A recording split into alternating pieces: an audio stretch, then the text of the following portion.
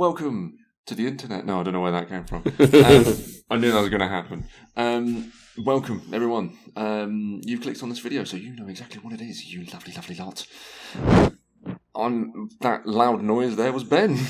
He's back. He's back in the country. Who's Hello. missed Ben? I've missed Ben. Hello, Ben. I've not even missed Ben. Ben doesn't need to exist, but here I am. Ben's joining us from an undisclosed location.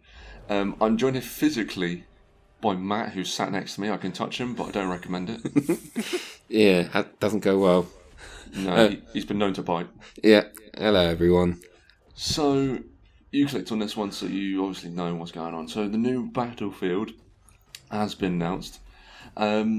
So, what we're going to do is just go through the breakdown points of the new Battlefield. What you can expect, what you will expect to see, if you should be excited. Yeah, and we will be your guides along the journey of the Battlefield Museum of Frontier of Hope.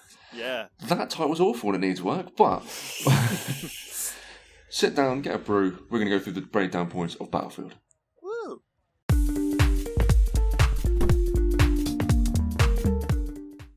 Jumping into the main sort of point of the video, and not the main point, but one of the best points of having Ben here with us.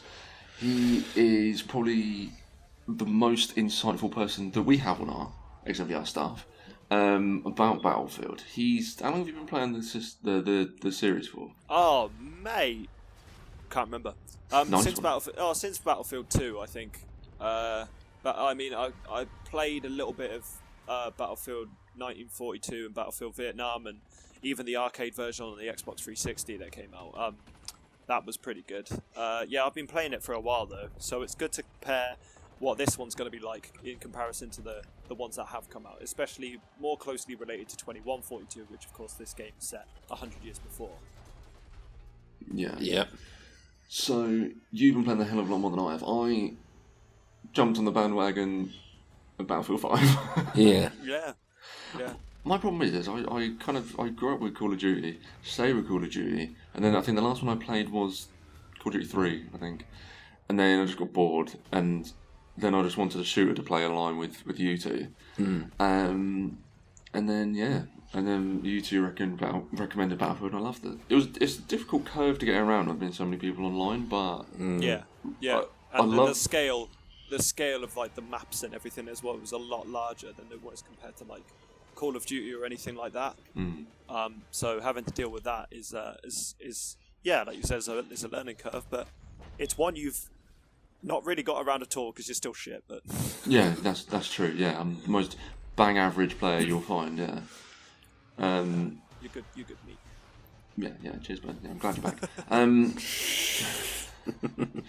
back. Yeah, I mean, I jumped on the bandwagon late, and I'm waiting for. I'm excited for the next one. What about you, Matt? When did you jump in? Probably. Yeah, I think I sort of jumped early. I definitely play Battlefield 2, but I didn't really get onto the bandwagon until about Battlefield 3. So you're kind of. I'm kind of the guy in the middle. Like Ben probably knows the most. I'm probably in the middle, and then you are a baby. Yeah, so this is really good. That's really good, like range to have then in terms of like talking about this, because you've got myself who's like been quite well versed in all these Battlefield games. The captain. And then it goes down the line of what experiences you might have when playing when playing 2042. Yeah. So in terms of like what's been kept in the game, what's been immortalised, what's going to be new for new players, all these new experiences, is going to be really fun for you guys, I think. Yeah, so if we kind of do the breakdown of Ben, you're the captain, Matt, you're the lieutenant, and I'm the private. Yeah. Or the lance corporal, but Matt can be sergeant. Sergeant's more appropriate for Matt. Sergeant. Sergeant Clements. I forgot your last name for a second there, Matt. Right. Sergeant, who are you again? Whose house am I in? I don't know who you are. Right, so let's kind of go through the main sort of points of this new reveal. Well, Ben, I'll let Motormouth start, I suppose. Okay. Well, like I said before, Battlefield 2042 is set 100 years before one of their installments, which was called Battlefield 2142. It's set around, there is like a theme to it. It's set around a lot of decline of the environment and within politics, and the nations coming together until all-out war breaks out, pretty much.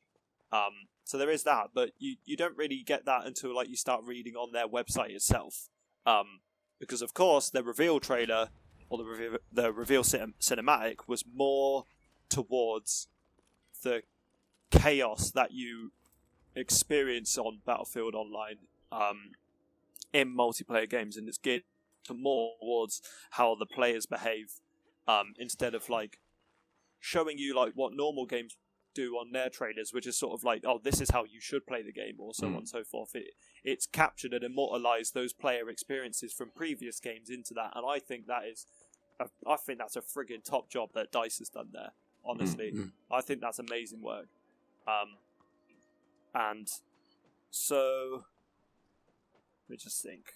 Well, okay, like, because I've deliberately not done any research on this, because I'm going at this recording, I'm going at this game deliberately not knowing anything, so I'm going to play the role of the newbie who doesn't really know too much about it and saw the reveal trailer, thought it looked cool, and just wants to know basically what it's going to be like. I do know apparently there's going to be no story, is that right? Yeah, there's going to be no single player campaign.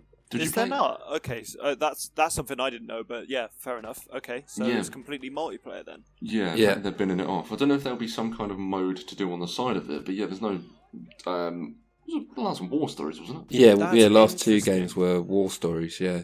Yeah, I don't know how much of a hit that had. I didn't play it. People played it. I did. I played it. It was okay. I mean, honestly, their probably most captured story mode that I ever played was in Battlefield 3. Matt, I don't know if you played the story mode then as well. Yeah, I did.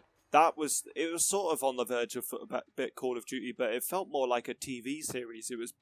I thought it was bloody good. It starts off with the story of that, in short, was this guy's being interrogated for war crimes, and it basically goes through his stories, and you play. You play certain characters and in certain events of what happened in terms of trying to stop a global terrorist threat happening on a subway station in New York. A bomb. Yeah, in New York. Yeah, and you have to go through all of these like encounters, playing as different people. It was bloody good. Yeah, there were some good bits. I do remember that level in Paris because that was quite hectic. Oh, yeah. So Darren, for context, the level in Paris was, I think you were playing as two Russian soldiers trying to chase after, someone, and you just had to run through a lot of subways and a lot of areas, to try and capture these guys who had like vital information. It was sort of like similar to the mission on Call of Duty where you have to run after the guy through all like the Brazilian slums. It was sort of that had like that chase feel to it. Yeah. So that was pretty good. Anyways, with Battlefield 2042, so what can we? What do you think we can expect? I think if they're going to be more focused on multiplayer, then the content released and the efforts focused on that should be able to give us a lot of a better player experience. I think is what they're aiming for. So let's just hope that they can keep on top of that. I mean, with the content that's come out for Battlefield 5, it's been pretty consistent, steady, and steady. But obviously, it's started to decline a little bit. And when they released the community maps, so the community can make their own playlists and that, it was sort of like a hit for about 2 or 3 days, and then it sort of died off because there's not enough player base for it. So whether they'll introduce something like that early as well, I'm not sure. I liked the timed events they did. For the life of me, I can't fucking remember what they were. But I liked when they had the specialist maps or the specialist sort of game modes that would come out for like a couple of weeks. Oh, like Outpost? Yeah. So when they had when they released Outpost, on certain days or in certain, like you said, for certain timed events and that, and it had a lot of attraction. Whereas now, as it's naturally now come into the roster for playable game modes, it's died down a lot, and people have gone back to the classic like Conquest or Breakthrough. And I'm not sure why that is. Yeah. So I do know as well. Obviously, this is just plucking sort of random things up, random facts that I've seen. Aren't they increasing the player map? Oh, no, player count. Sorry. Yes. So it's going to be 128. 128 player. So 64 maps. each. So the standard playlist that we play is 64 players in total, 32 players on each side. Now it's 64 players each side. Great, a lot more places get sniped. Lovely. Yeah. But I'm sure they'll have game modes where you can have that reduced down to 64 players and so on, because that's utter carnage. Yeah, but you need the carnage though. You do. I mean, I'm both dreading it and loving the idea at the same time. Yeah. I think there's definitely certain maps and certain points where you will go into an elevator to reach the top floor of a building, and I can't imagine 64 players getting in one elevator. I don't know. I can. I don't know how. It'd be like the 64 Stooges routine.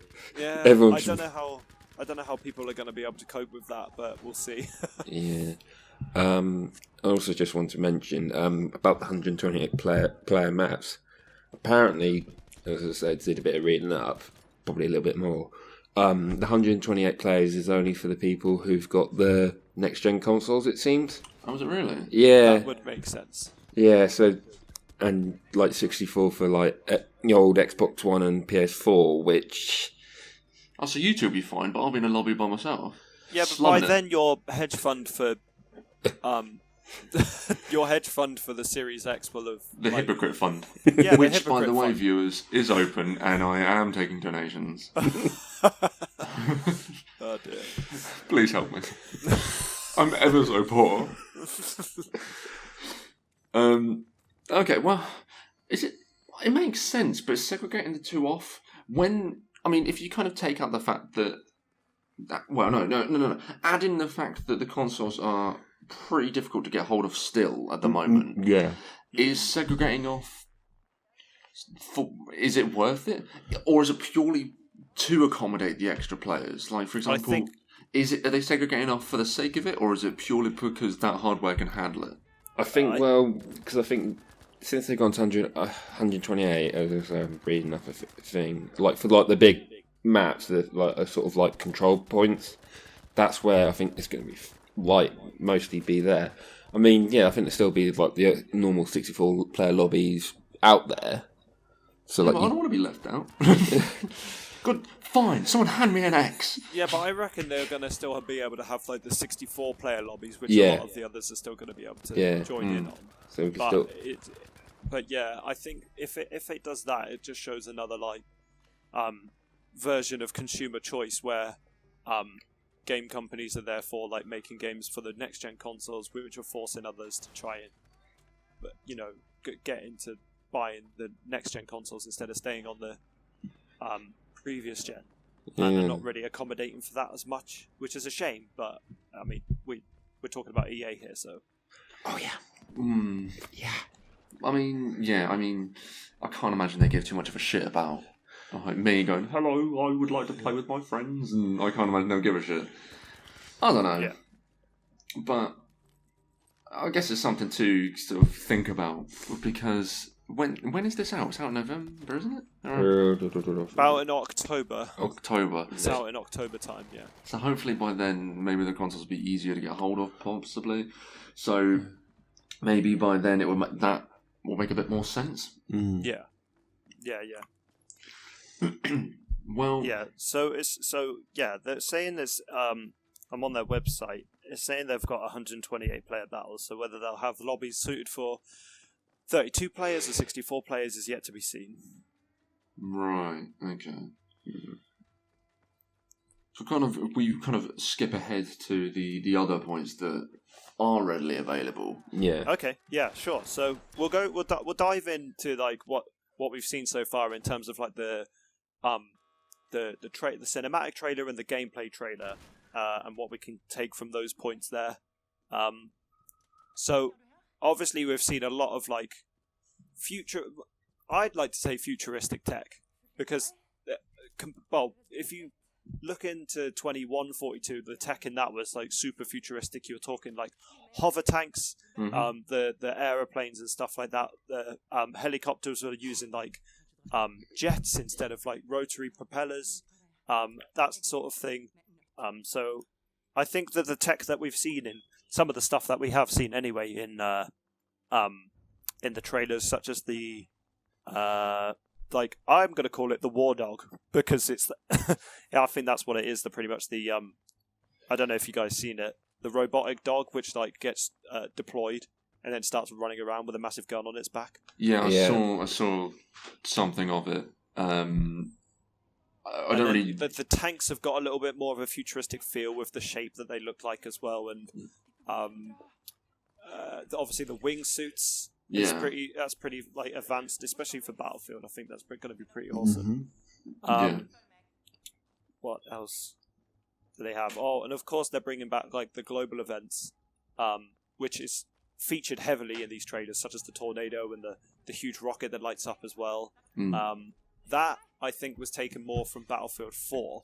So Battlefield 4, you used to have like events like that happen all the time. So there was one map in particular, and we'll go back to Battlefield 4 because it's quite key in this actually. Yeah. So, they used to have like global events all the time in terms of like they have this Pacific map, which which when the air raid sirens used to go off, and there'd be like huge amounts of flooding happening, and the sea levels would rise, and that even happens in one of the other maps as well, where it's in like city streets and the sea and the water level rises. They love doing that sort of stuff, and I think we're due to see those sort of events. Well, we're definitely due to see those sort of events return again. Including that like the huge storms, and it will be interesting to see what the players are going to be able to like do around, play around with that. Whether they'll be able to get some kills while in the storm, or so on and so forth. It remains to be seen. But I think the more chaos that they throw into the mix, the more like player-created moments they're hoping to achieve. Kind of like variant. Oh, that's a bad word to use right now, isn't it? They've always had different things that do sort of spice things up in the gameplay. It's like if you use Narvik as an example, you could be trying to shoot someone just. I think Narvik's the wrong one. Which is the one in the mountains? Fajel? Oh, Fajel. Yeah. Where it will just randomly turn into a snowstorm. Yeah. So the weather conditions from that would in Battlefield 5 are more featured from Battlefield 1, because that sort of stuff happens in Battlefield 1 as well, where the weather conditions change. Like you're in the desert and there's a desert storm, and therefore snipers are then more restricted to using their scopes, the dirty little fuckers. Just that sort of stuff. So yeah, I'm expecting like the weather changes to be quite significant, but also like these global events to be more prominent. And whether they'll happen randomly or whether it's something that triggers them, we'll have to wait and see. Because there are some stuff that there is some events that you trigger, and then there's some events which just happen randomly. We don't know if that's going to happen in every game or not. Aren't they also changing the classes around? I vaguely remember seeing someone talking about it.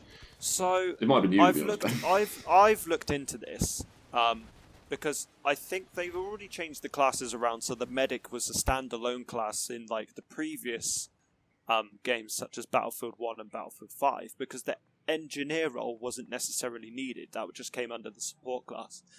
But now, what it looks like is that they've gone back to their roots. So, in the class system in 2142 is the same as it is now in 2042. So you have the assault, which also acts as the medic, and then because there's more vehicles and more like technology, you have the engineer class, which is more to do with fixing the tech and being able to deploy more tech, such as like gun turrets and that sort of stuff. It remains to be seen. There's going to be. I should probably highlight that there's a lot more information that's going to be revealed on June the 22nd. Yeah. So we can only just go off what we know right now. So whether that robotic dog that I was on about is deployed by the engineer, or whether it's deployed by the support class, because that's what they used to do in 2142, is that remains to be seen as well.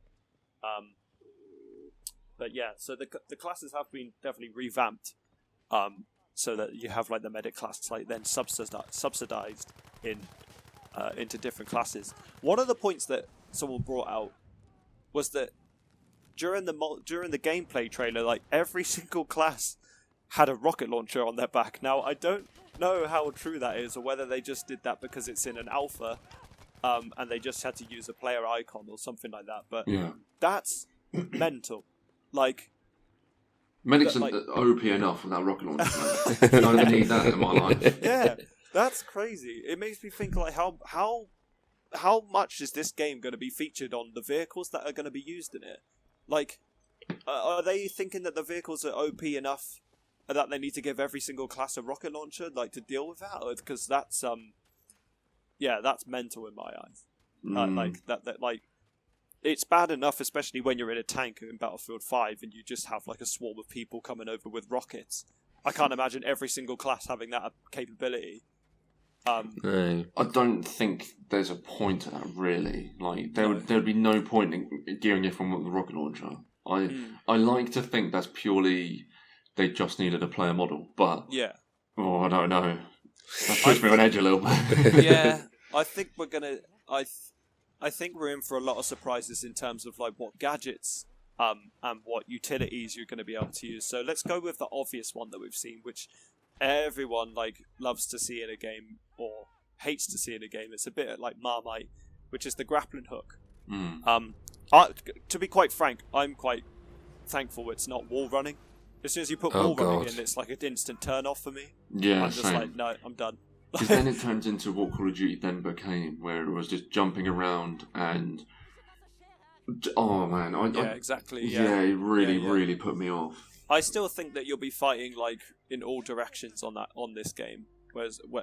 So I reckon you're going to see a lot of trick shots and rocket events, especially in terms... I don't know how fluid that's going to be, if you're going to be able to use weapons whilst using the grappling hook, like, so you're swinging from one bit and then as soon as it detaches you can like fire a rocket onto the ground, or if you have to equip a parachute in your backpack or something like that. They've never had that, but you've always just deployed it if you've fallen too far. So we'll see what happens, but it's definitely going to be a new dynamic way of gameplay, especially for reaching high rise places, which it shows in that game. Snipers being able to reach new heights, like on the top of cranes and that. And so what else have they got in terms of? I'm trying to think from the trailer in terms of the tech and that. Obviously, we're seeing the return of the classic C4 as well. Yeah. Because of the quad bikes and on the front of the. Can't wait to run into a doorway and be exploded that bad boy. That's not gonna get annoying at all. Yeah. And yeah, it's just going to be really interesting to see what equipment and that comes out in the next couple of in the next couple of weeks when we see more. I mean, by the time this video goes out, it depends how quick I can edit, but probably not that quickly. That reveal probably would have happened, so there'll be a bit more information, probably a bit more knowledge about what's going to go down. I mean, you've had to deal with me bumbling on, so I think you're going to need a little bit of time to edit this. No, it's fine. You see, we'll end the recording and I'll just be in a dark room weeping. So is there any other points that I've perhaps missed or... So I mentioned that we'd go back to Battlefield 4 for a little bit, because for those more veteran to the game, they'll notice that the maps being used in the game are, some of them, I don't know if all of them are, but some of them definitely have been, I wouldn't say recycled, but are coming back. Modernised, I think is the word. Yeah, they're the same maps that are coming back, and they're being modernised for this new era of Battlefield. So, I mean, you've got Shanghai. I can't remember all of the map names, unfortunately, but there's the ones where it's like at night with all the towers, with all the like the lit up towers and the beach heads, which you deploy from like a carrier, and there's another one which is sort of in which is sort of in a city centre, which the global event in that one was the tower would collapse if you activated certain events, the tower would collapse. That was their like big global event, but now it's like overtaken by this storm. So whether that building can still collapse or not, I don't know. But basically, yeah, we're seeing a lot of maps recycled. It would be interesting to know how revamped they are in terms in terms of for Battlefield 2042. Mm-hmm. Any other points just to kind of wrap this up in a neat little bow? Because I'm just looking at the timer and we've been on this for nearly half an hour. Oh god, I should, yeah. Yeah. I think one other point I mentioned, I did notice in the trailer that you can change your gun attachments on the fly. Yes, that's a very good point. Yeah, that was something that I think a lot of gamers are going to really appreciate, being able to change your weapon attachments. And thank God they brought weapon attachments back as well, and it's just not for like cosmetic use. Because in Battlefield 5 they had it so you had to it was like a skill tree, and I hated that. I absolutely hated it. Yeah, the skill tree. I'm happy you can have like silencers, weapon grips, stocks, extra magazines, all that sort of stuff. I love like customizing your weapon in the way that like suits you. I absolutely love it, and I'm praying that it makes like a decent comebacks. But yeah, good point in terms of that you could that you can do it on the fly. Yeah. I'm just trying to think. I had something that I wanted to say, but I can't remember what it was.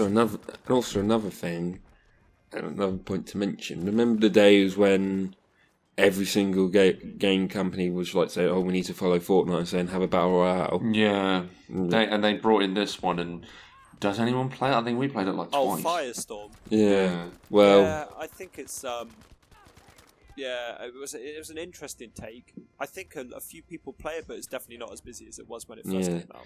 Well, they do have a new one coming out, which is called Hazard Zone, but they say that it's not a battle royale, or maybe it's a take on battle royale. I'm not sure, but they've called it Hazard Zone, and they say it's an all new high stakes multiplayer experience. Which they're going to release. That's all we've got though. They're going to release more information on that. That screams like Horde mode to me. Hazard Zone. Yeah. Well, maybe. So maybe that's the co-op part. Yeah. Potentially, maybe that's to sort of offset not having a story mode. Single player, yeah. Perhaps, yeah. But supposedly, it's not going to have a fully fledged battle royale, which it's got a bit of a surprising move, to be honest. Given another one. Just quickly, another point in terms of like the game mode. So obviously you're going to have the standard like conquest and like so on and so forth come back. As one of them that for again more veteran players like myself like for in Battlefield 2142 was called Titan mode, which you used to have these two giant Titan airships that you had to try and capture points for the silos to bring their shields down so that you can board them and then like destroy their reactors. It was really, really, really cool. They're trying to see if that's going to come back in terms of like a Titan assault, carrier assault, maybe. I don't know. When I hear carrier assault, it makes me think of like 2 Avengers carriers like in the sky. You're gonna have to try and board them. That'd be pretty cool. Down. I would play the hell out of that. Trying to take down each Nick Fury. yeah. I think that sounds like the ending of Captain America and the Winter Soldier. Yeah. So I'll play that. That'd be great. Yeah. Well, they're thinking if there's going to be something similar to that, like carrier assault's going to be coming out, and you have to try and take down each other's carriers. We don't know. It's some unprecedented information that we have, but that'll be really exciting to see, I think, as well. So, if we kind of wrap that there, unless you two have anything else we've missed off, I think Ben's covered the majority of the point, but I think I've covered most of it. So we've gone through like the classes, the return of old maps, global events, immortalizing player base, other game modes and other technology and weapons and all that sort of stuff that we're expecting to see. yeah, I think we've covered most bases. Awesome. Okay. Well, we'll wrap that up there.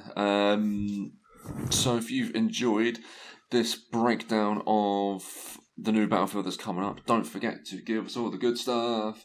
Give us a like, give us a subscribe. Forgot for a second there. I spend most of my times with these recordings begging people to do them, and then I forget what they are. I mean, last time we did this, you were going public and saying, "Oh, did you know that?" Tom? Oh, don't worry, that's going to happen on the next recording. Don't worry, son.